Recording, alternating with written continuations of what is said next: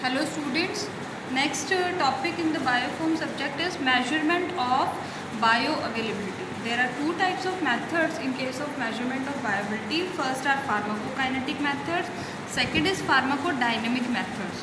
In case of pharmacokinetic methods, it is further classified into two types, that is plasma level time studies. Second one is the urinary excretion studies. In case of pharmacodynamic methods, these are also of two types. First is acute pharmacological response, second is therapeutic response. Now I will discuss one by one. So, in case of plasma level time studies, what we used to do, that we take the blood samples of, if suppose we have given a drug to a patient, then we take the plasma samples from at different time intervals, and then the drug concentration in the body is plotted.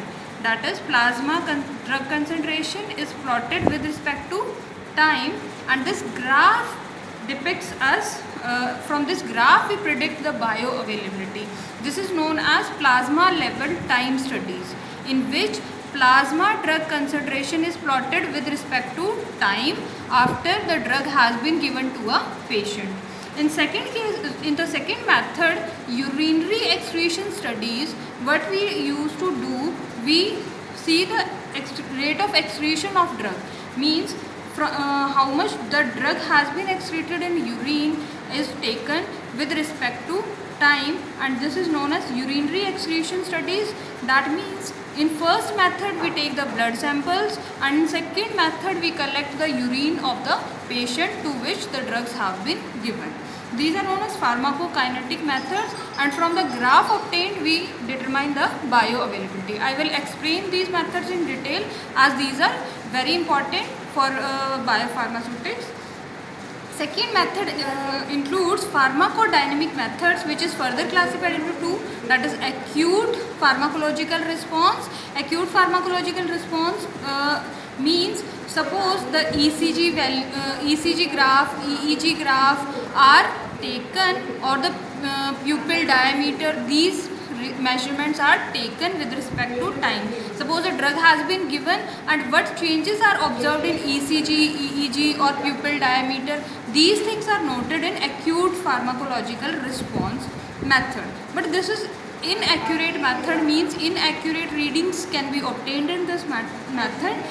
Second method is therapeutic response method, where we see, suppose he is having diabetes, then how much diabetes has been controlled or how much sugar level has been controlled. If we observe the response or the therapeutic response of the drug, this is known as second pharmacodynamic method, that is therapeutic response. Now we will discuss one by one. Now first is plasma level time studies.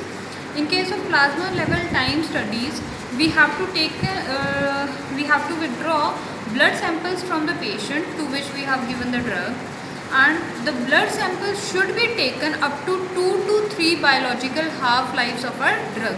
For example, we talk about some drug. Suppose paclitaxel is a drug which has a half-life of 5 hours. Now we have to take blood sample at least for 15 hours, means 2 to 3 biological half-lives. Its half-life was 5 and 2 to 3 means 5 into 3 is equal to 15. So we have to take the sample till 15 hours.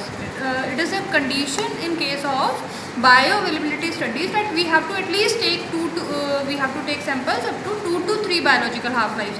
We should take 10 hours, and we can take up to 15 hours the samples of the blood, means at 30 minutes, at 1 hour, at 2 hours, at 5 hours, then at 10 hours, and then at 15 hours. We can take blood samples of a patient at various time intervals. Next condition in case of plasma level time studies is for IV studies, that is for intravenous studies, we have to take the first sample at 5 minutes. Means we cannot start the sampling at starting from 30 minutes. we have to start the sampling time from at least 5 minutes, because what happens in case of IV, whole of the drug has been given to in the intravenous route. We have give total drug to the systemic circulation, then it will be excreted very fastly. Therefore we have to take the first sample at 5 minutes, and then it is taken at 15-minute interval, means first 5 minutes, then at 20 minutes we can sample taken with difference of 15 minutes, then we can take at 35 minutes, and so on. So for IV administration, it is very compulsory that we have to take the first sample at 5 minutes.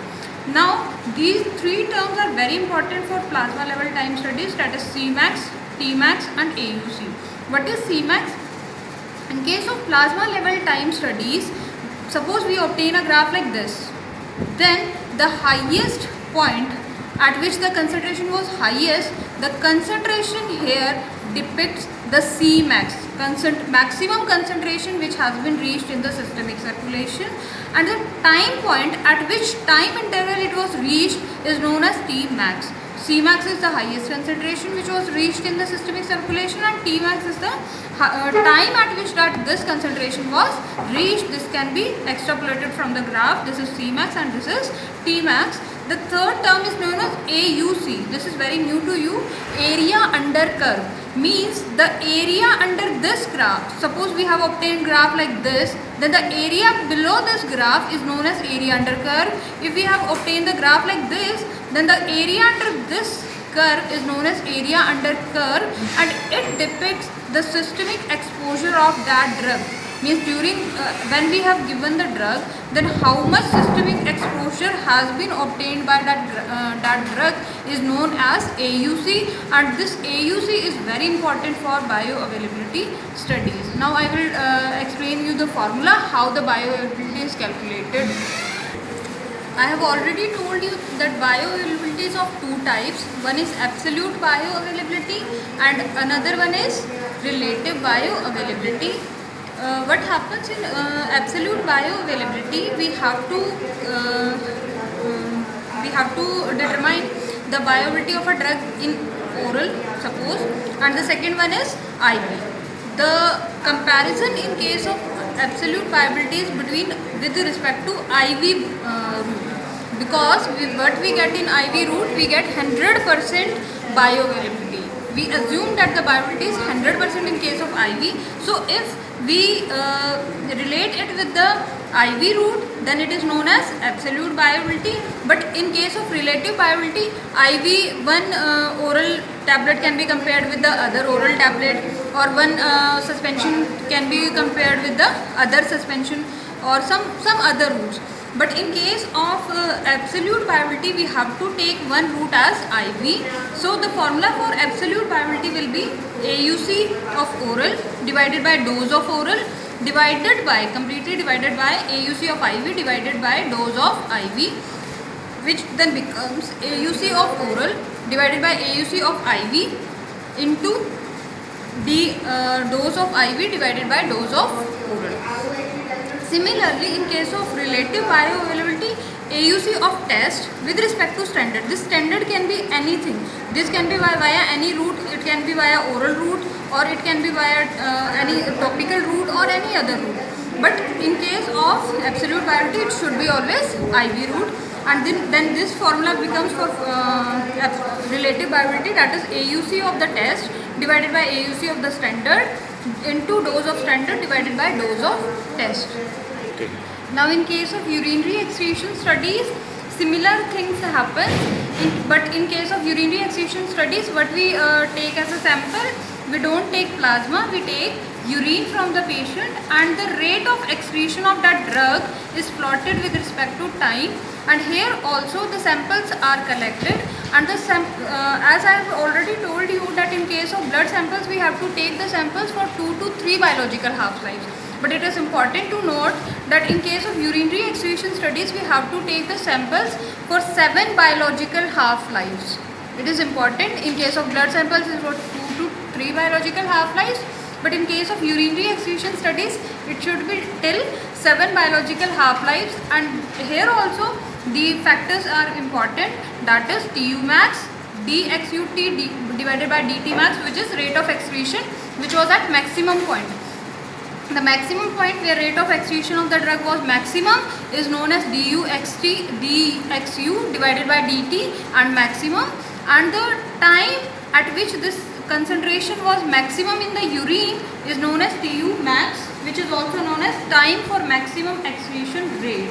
And here where we were defining the term AUC in blood samples, here it is defined as XU, the cumulative rate, the cumulative amount of the drug excreted in the urine.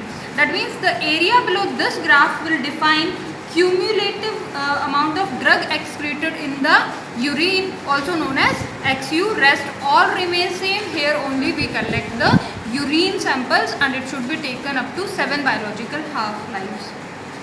Now this is the formula for bioavailability. This is for the absolute bioavailability and this is the formula for the relative bioavailability, where we were writing the AUC in case of plasma time studies. Here in case of urinary excretion times, we will describe the cumulative rate of the drug excretion, that is XU, defined by the XU infinity in case of oral.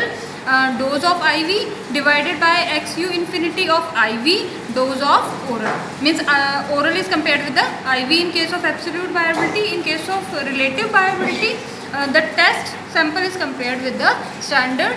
Go through these topics, then we will discuss the next topic, that is bioequivalence studies, in next class. Okay, thank you.